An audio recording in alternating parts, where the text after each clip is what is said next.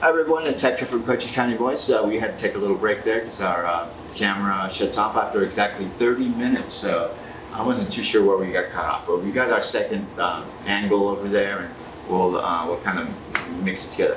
All right, so I am here with Benson's Vice Mayor, Ms. Tapia, and we have kind of gone over a few of the topics. She's running for re-election. When is the primary? July 21st? Tuesday. Okay. July 21st. And so we've talked a little bit about the issues that are concerning Benson, the regular talk. We've talked about the golf course, a little bit about ADI. We've talked a little bit about budgeting, and of course the upcoming election. But I did want to talk a little bit more just about, of course, about the money. So, well, and we have fire and safety that we need. So that's a need, not a want. And so we need to use our money for things that we need, right? Okay. And to me, that is more important. I don't want to shut down the golf course, but that is more important. And so I think when people see that trade-off, so let's talk a little bit about that. We're making progress with the fire department. Yes. It's another. It's another situation where almost everyone in the council, maybe even yourself, kind of ran on doing something about it, bettering it. And it's been slow, but through grants, and I understand we just got more grant money. But through grants, we've been able to kind of add more, but we haven't solved the issue of expanding the fire station itself or creating a new fire station. Right. So I think Chief Spangler has been good about getting grants, right, and the city for that part for other reasons. But my thing is, and they are doing a feasibility study because I said, the El Dorado Holdings was supposed to build one, right? So why would we create this great grand Taj Mahal here if we're going to get that one here? So I asked, what is something that we could do to create safety for those up there now, but still something that we could grow into if that did or didn't come. So, just like if you build a park, and I don't want it to be a temporary structure, I want it to be a nice structure, but something that you can grow onto that fits into that plan, that general plan. So they are doing a feasibility study of where and what size and one that we can grow with, for whether they come or they don't come, because we need to be responsible to those constituents up there for their safety and well-being anyways. Yeah, no, I mean, it's a natural development area anyway. It's only going to grow, whether it grows through the explosive, development or whatever. That may not happen, but the space is there, so naturally I think you're going to have have to be able to grow it. More and more people are going to be fit in there. But I also want to not ignore the station that's downtown or the people that are downtown. We have to treat everybody equally, and everybody should get equal response times. Right now we're lacking up there, so we need to improve on that. But if that becomes a bigger station, I also don't want the people downtown to suffer either. So we need to be aware of both sides. The city has a contingencies fund, and it's a big savings or investment fund money. And they're always trying to tap into that as a quick solution. We need a fire station. Boom, let's tap into that. We need a new city hall. Let's pay for it cash. Just tap into that. So what is the deal with that? Is that why don't we use that money? Is that a good idea to use that money? Well, I do think when they had the furloughs and stuff, it kind of was traumatizing to staff, council, and the staff who was furloughed or let go. And that's the reason for the investments. Yeah, and so we do need to be mindful because we don't ever want that to happen again. And also, as inflation costs, we have to evaluate which one would be better. Would it be better to pay for cash now because things are, inflation is making things cost more throughout the end. So I think Megan is very skilled and knowledgeable, so we have to rely on her expertise in that. But we have to bring these questions and we have to debate which way is best to go, right? And it's not an easy solution. It's probably going to be a mix of different things. But we have to look at all aspects so we see what is safe so we're not putting ourselves in jeopardy. And not only now, like right now we're looking pretty good, but you know, a lot of these things that we have infrastructure wise, or fire, police, things like that, they're ongoing costs and they're only going to get more expensive. So we might be okay today, but we also have to plan for the future, you know, so we have to be mindful of that as well. Because I think everyone's big concern, you know, it's just the spending. And one of the things that's coming up is we are raising property taxes, right? But that is our sort of a standard property tax raise. Well, and we'll have three options, whether we want to raise, whether we want to keep the same, or whether we want I just assume we were raising taxes, okay? I don't know. Oh, I think there's a way to not raise the tax and you increase revenue. So give me the options. Yeah, so you can raise taxes and raise revenue. There's one where you maintain taxes at the same rate, but because of increased construction, et cetera, it raises the revenue still. So I think that's a healthy option. And then obviously you can reduce taxes and you reduce revenue, which I don't know if we're at that point fiscally yet, or with the world as it is today. So I think the middle one is a healthy option, but all three will be discussed, and Megan will give us her expert opinion, and probably the city manager, and that's for all of us to discuss and decide. And so we'll see what information they bring forward. But Megan always brings a worksheet forward that's very simply described, so it's easy to understand, which I appreciate. Yeah. And that way we can discuss it and decide at that time. Yeah. Overall, I always enjoy her presentations. I think they're very informative. I'm going to try to get her on to kind of now that I've had, I think, all the candidates. Yeah. And then she can correct all the numbers. Yeah. give you what's going on. No, I like it. Excuse me. I think she did a good job at that last work session with the new council people, kind of taking it slow and explaining the terms. Yeah. So it'd be great for people to have more of that on a regular basis from her. I think not just tucked into those meetings. Excuse me. Yeah. Not just tucked into those meetings, but so that people know those numbers. I think they're interesting, and it does take. What's interesting too is that it does take a little. You have to kind of follow them to see where the ebbs and flows are, of our year, and where we fall behind and then catch up later on. So I think she does a great job of explaining those, and so hopefully she'll kind of do that now. So this tax, to me, it seems like when this type of tax rolls around, I always think, well, you take advantage of it just because you have that option now.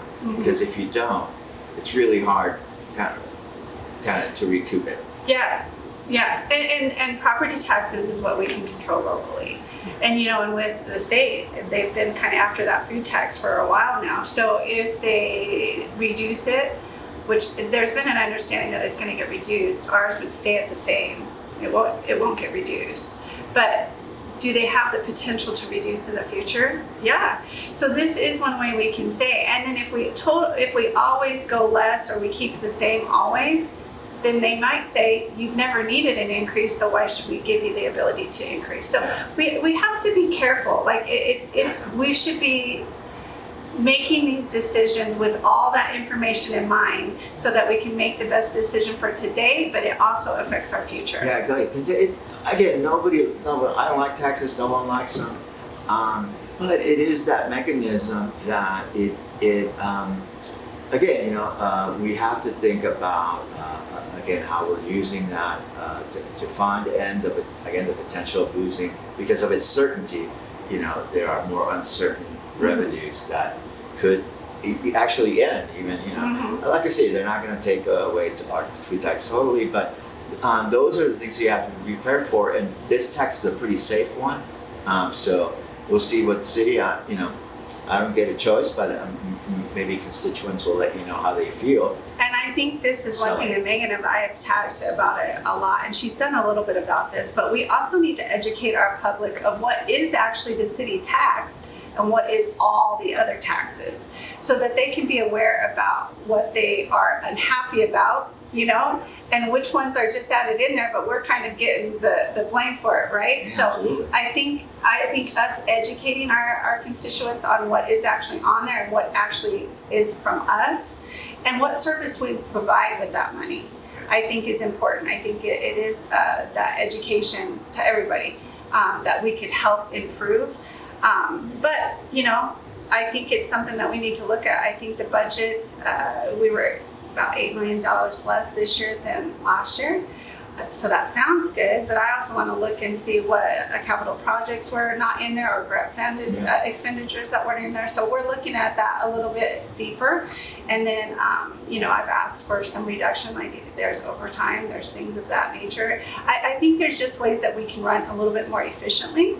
And so I compared several different cities that are similar to us and just kind of provoked questions. And they've been able to answer some, and I think these are further discussions that we'll have to have. However, the sales tax and the food tax, some had similar or exact rates with us, but as a whole, the average of the few that I looked at were less than ours. So eventually, I would like to reduce to that, but we have to bring revenue in for us to be able to do that, right? And we would want to encourage people to shop local. If our tax rate for the food tax goes down, then maybe some of those that were shopping in Tucson will shop local, right? So I think it's a happy balance of what we can do, but we have to find some outside funds to come in through the city for us to be able to do that safely. Yeah. So good luck with that. That work session's coming up for the tax increase or potential. Mm-hmm. Like I said, I personally not happy about it, but I understand that sometimes it's like you say, it's one of the safest ones of all of them. I don't think we increased last year. I think we took that middle road last year where it increased revenue, but it didn't increase the property tax. And as long as we're expecting, like you say, a fairly healthy growth in construction, and I don't know how it's been as far as I see some home growth, building activity out there. Well, I think there's a lot. I mean, we've been going through the development up here. Every time we go up there, there's houses not just started, boom, they're done, and people are in them. So I think there's been some growth. Yeah. I don't know what the numbers are, but so as long as that keeps going, I think that you make that up. Yeah. But also, I feel bad about leaving it on the table. I know that it's going to impact people. Yeah. You know what I mean? But, well, and that's why. I just think, just because some of us may be able to afford it, I know it's a hardship on others. So we need to figure out a system where we help all of them. And I was talking to Mr. Volker the other day about, there's a tax that's anything over 5% goes down to 1%, but Wilcox has anything over $1,200, it goes down to 2%. So to me, the $5,000 helps the wealthier people, and the $12,000 would help more people. So I would prefer to have the $12,000 at 2% helping more people. So I think it's just looking at a lot of different things that maybe we take for granted and is just out there. But these are the things that we have to look across the board and say, who can we help the most? And the food tax, if people are on the EBT cards, they don't get that, but I'm sure they buy food that's not on that. And if we decrease the sales tax, that will help everybody as well. So I think we need to just become more knowledgeable, see what's out there, and see what we can do. And always we need to bring more businesses and revenue in to offset that as well. So that needs to be a priority. Maintaining roads is super pricey. It is very expensive. It is, but when I first came on, my cousin lives in Show Low and he's on city council up there. So we drove around their city to see what they're doing because it's beautiful. Anyways, they were doing new road construction. I was like, we need to do that. Not just chip seal, but actual new road construction.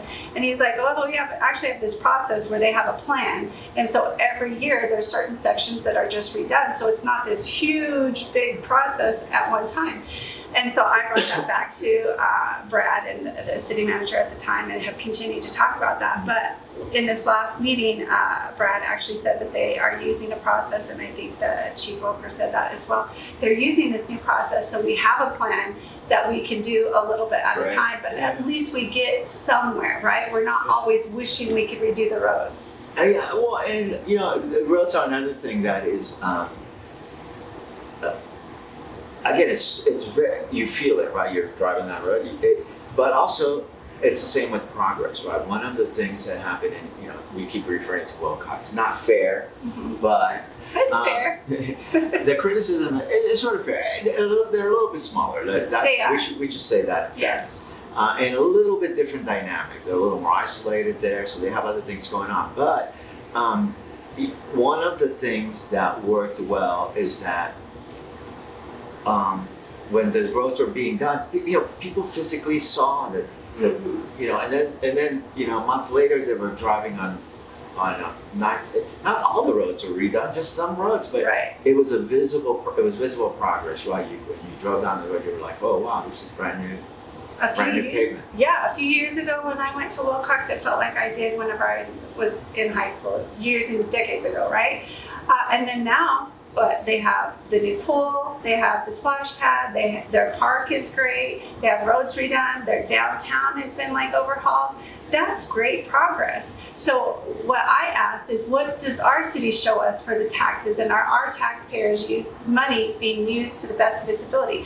I think we're doing a good job. I do. So I don't want to be too hard on our staff, but I think we can do better. Yeah. No, the Wilcox case is good. There's a lot to analyze there about what they did. Like I said, I think they were very creative, and so but one of the things too is that it's visible. Yeah. The new pool. You go look at it. It's a brand new pool. Mm-hmm. The streets. Again, it wasn't all the streets, but it was a couple of main streets. Right. And man, it's noticeable. It was noticeable to the folks that live there. The same with the improvements in the park. All of the parks they worked on, the local park, and also the rodeo grounds, which are the more multi-use grounds out there. And then, Wilcox Theater and Arts got a huge grant a couple years back, and they're finally, finishing up their big art center there. So things are looking pretty cool. So they have stuff to show, Right. and that's, I think, and again, it's just what people notice, right? And to be fair to our Parks and Rec, we've done a lot down there, right? Yeah. And we are starting the progress on Acuna. So I want to be fair to our staff too. There's been a lot of work done. And I see more in the future. I think our staff is actively working to improve the city. Right. I just want to maximize our potential, right? I just want to be, there's good things that we've done as well. No, I think there are. So that's another thing. There are a bunch of things that the city has done. So that the money isn't just going into a black hole. You know what I mean? Streets were repaved or refurbished, or what do you call chip that? seal on a lot, but on Acuna we're going to actually repave. And so some of those are done. We again great progress on all the parks. Slow but progress on the fire department issue, and so whether it's again to the everyone's liking, there have been some. The city has made progress in some of those areas. Mm-hmm. I think the ADI situation just took out a lot of gas out of the conversation. Mm-hmm. So people were super hyper focused on that, and really not certainly overshadowing anything that council people would want to go out there and say. So those things have been. So there are some positive things. So I think that as yourself, and we talked a little bit about before we got rolling that people that are incumbents basically have the to carry the baggage of what they've done, and all of the votes as a body, because the council is a body. There just are no, and I've said it before, there are just no individual heroes in a council. Right. It just isn't the function of it. Right. And you don't nothing gets done with a single vote pass. No. Right. You could be the deciding vote, but again, it has to be a majority, and in reality, the most effective council members are probably going to be those that can get consensus, and also. The biggest job, and one of the things that I think people need to focus on is that, you guys are the representatives of the people. That's who you are. You're the liaison of the people, right up against the city, and then the city has this wall where the city begins, and then everyone that works for the city, the staff, but that's being led by the city manager, and so. So those are two very different areas of representation. 100%. He represents everyone that works for the city and the interest of the city. You represent the people and generally what they want. Right. But once you get into this job, you work for the whole city. Yeah. And so the idea is to try to get consensus. And collaboration. We're Well, stronger together than we are individually, you know? Again, the focus is always to improve Yeah. the town somehow. Yeah. And again, it is a council. It is what it is. It is not. You know what I mean? Mhm. It's nonpartisan. It's not supposed to have any sort of political Correct. leaning. But the idea of it is that you work to come up with agreements and consensus and also make advance, even if it's incremental. Because that's another thing that, we have to just come to the realization that all progress is going to be incremental from a council. Mhm. That's just the way it is. Mhm. Yeah. We're smaller, so we might be able to move faster than these huge cities, but it's still a process. Yeah. No, Yeah. it is. Again, because there is no, I know people like to compare running A business. Yeah. to the, but it's not like that at all. Yeah. It really isn't. It's good. It's good to have business knowledge, and that probably helps you quite a bit. But I think it's the cumulative knowledge of all the council members that kind of makes it more vibrant. Yeah, I agree, because there's so many things that come across. Like somebody might be better at financial or budget or health, or there's so much variety. I think that's important, right? It is. Because then we're more well-rounded.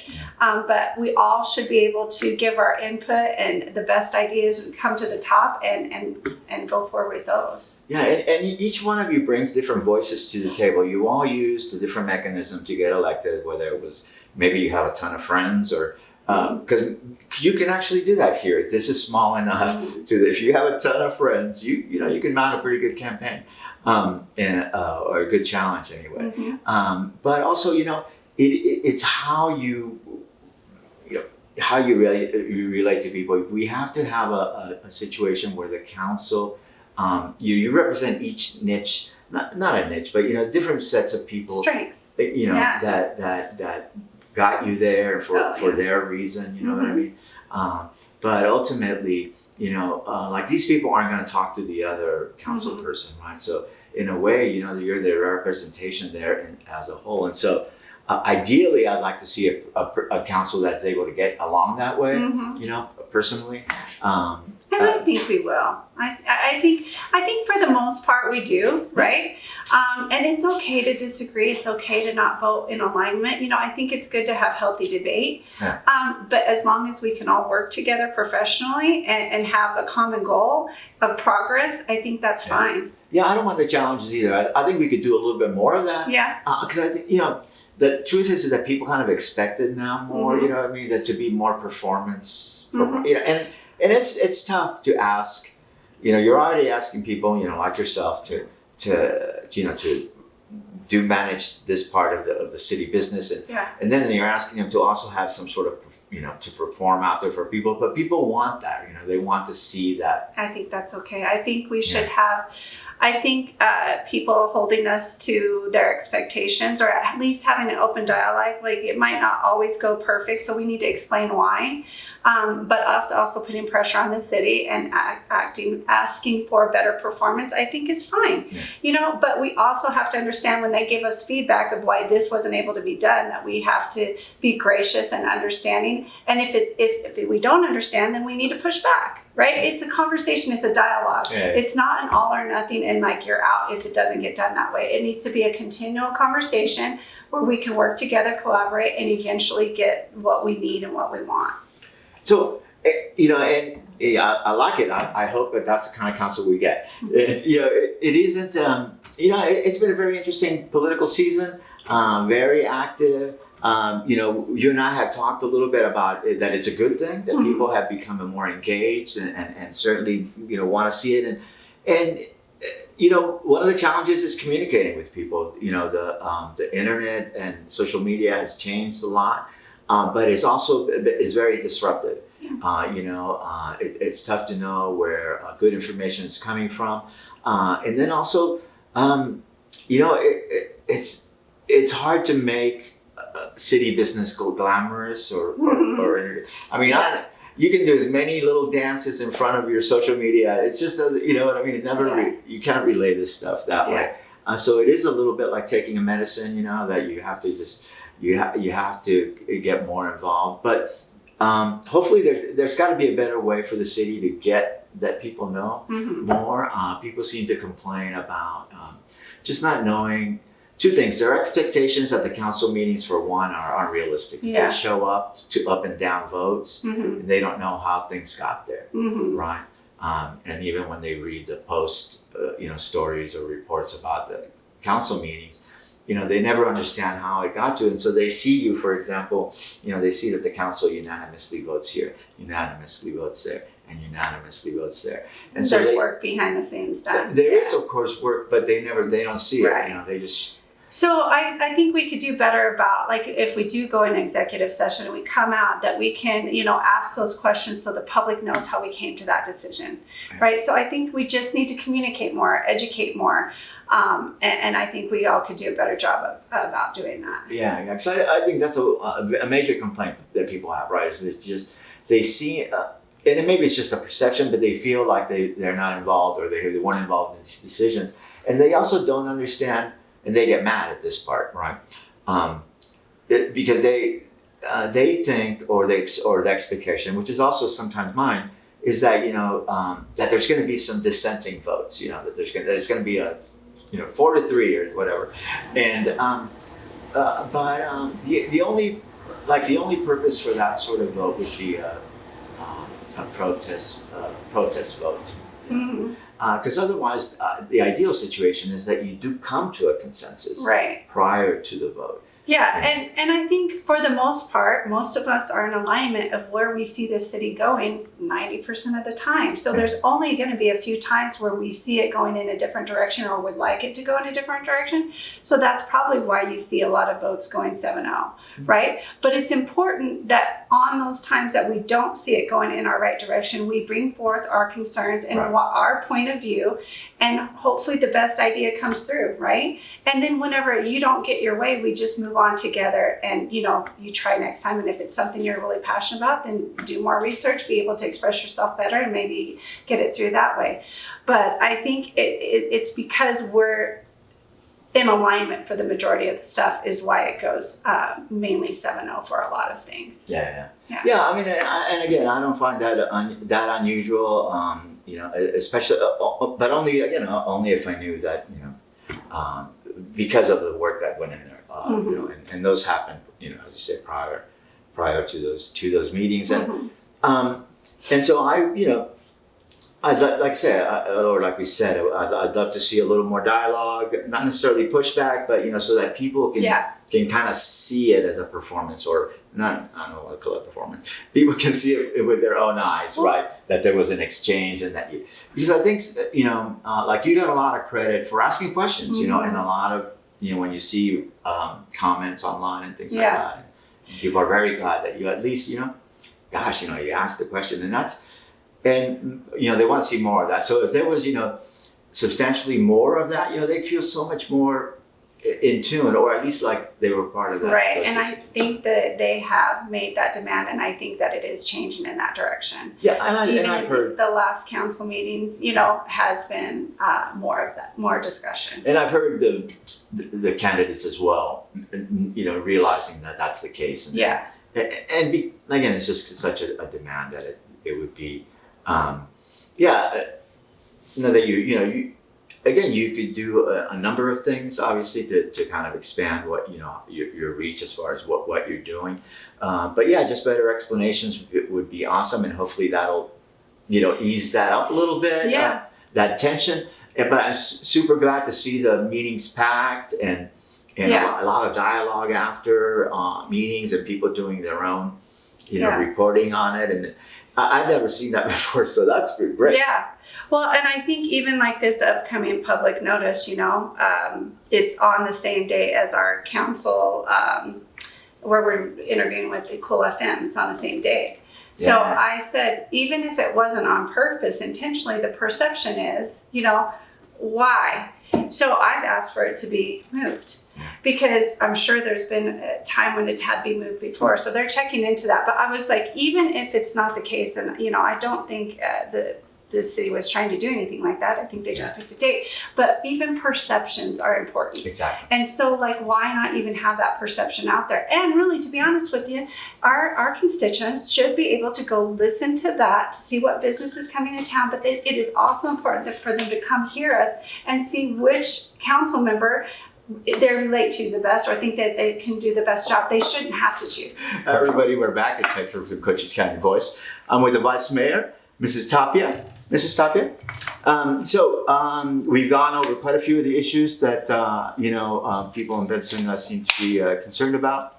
So we had a good conversation today here at my Benson kitchen table. Now, she's running for office, and so she is going to be out and about campaigning, and of course. She also has a job to do, so you're going to be able to catch up to her at council meetings and work sessions. So, Vice Mayor, please let us know where you're going to be in the next, for the election, and also give us your pitch. Tell us why people should re-elect you, the things that you've done that have gone well, and why it is that you deserve the job again. Well, thanks again for having me here. You're welcome. I've enjoyed this, but first and foremost, we'll be there during the 4th of July, so please, I plan on going down the park so people can come talk to me personally. I think that's such a great experience, so people can, not only hear what you have to say, but feel the energy that we exchange between one another, and listen to their suggestions as well. So I think that's important, and as always, they can get through to me through City Council. I think that was one of my strong points going through all this turmoil that we have, is that people could reach me. I'm open there. I'm open on Facebook, wherever you want, however you want to reach me is good with me. And as far as my pitch, I would say, I'm from here. Again, I said 5 generations. My kids are 6. I want my kids to be able to live here, come back here, raise their kids here successfully. So I love this. It's not just a house. It's not just a home. This is home for me for generations. And so I care deeply about us being successful from now on. I think that I've been open to people. I think that I've been transparent. I want to continue to be open and accessible to people. I try to listen to everybody's points of view. I think that if people don't agree with me, I think that those opinions are almost just or more important, so I can hear the other side, right? And this whole fiasco that we had with the heavy industry, a company that came in, both sides had valid points, and I think we need to not diminish other people's points that they had.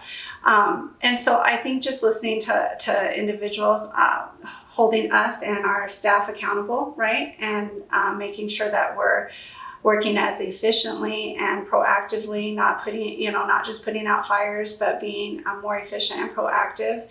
I think we need to continue to grow. So I think we need to make our city attractive to other businesses and industries. So we need to work hard at doing that. And obviously, those areas that we're weak at, whether it's safety, fire safety, the golf course, things like that, we really need to improve on those. And I think we have a plan to do so. Now it's our job to carry it out, and whoever they think would do the best job, I think that's who they should vote for. But I do think that I'm capable of doing so. Great. Well, thank you very much. I totally appreciate it. Thank you. Did you guys win a championship there recently? So I actually had 2 divisions and we won both. Wow. So tell me a little bit about the team and how you guys did this year. So I coach minors with my youngest daughter, and for one, I want to say to the Little League, I think the teams were the best divided as far as skill this year. So everybody won some, lost some. We just came out on top in the end, but they were great games that we had. And then the majors, we had a couple teams and had great games with them, and we just ended up on top with that as well. So it was a really, really fun season. I think the coaches, even from the other teams, worked well together, and our girls, helped out other teams, which I think is good socially. They helped with their skills, things like that. So I think it was a very, very successful season. Fun. Well, congratulations. Thank you. I do want to say I do volunteer for a lot of other organizations. So Mentoring Cochise Kids is a group that I think is important for Cochise awesome County. Group. Yeah, so we do that, and then AYSO is getting ready to start out, so I help with that as far as the board and reffing, and so anybody who can volunteer, please do so. I know it's kind of lacking in these days, you know, everybody's so busy, money's so tight that we have several jobs, but wherever we can give, I think we should give, because I think it helps our kids. And then I think those kids in turn grow up to be better adults and help serve as well. So I think that's important. Absolutely. Well, thank you very much, and thanks for showing up today. And we'll have you back soon. Thanks, everybody. That it does it. And make sure you get out and vote. You're going to have some choices to make, and I know that the makeup of the Benson Council is going to be a little bit different no matter what happens. But the Vice Mayor would like to get reelected, so take a look at her where she stands, and visit her out on 4th of July and have some fun out on Independence Day. Thank you very much. Bye.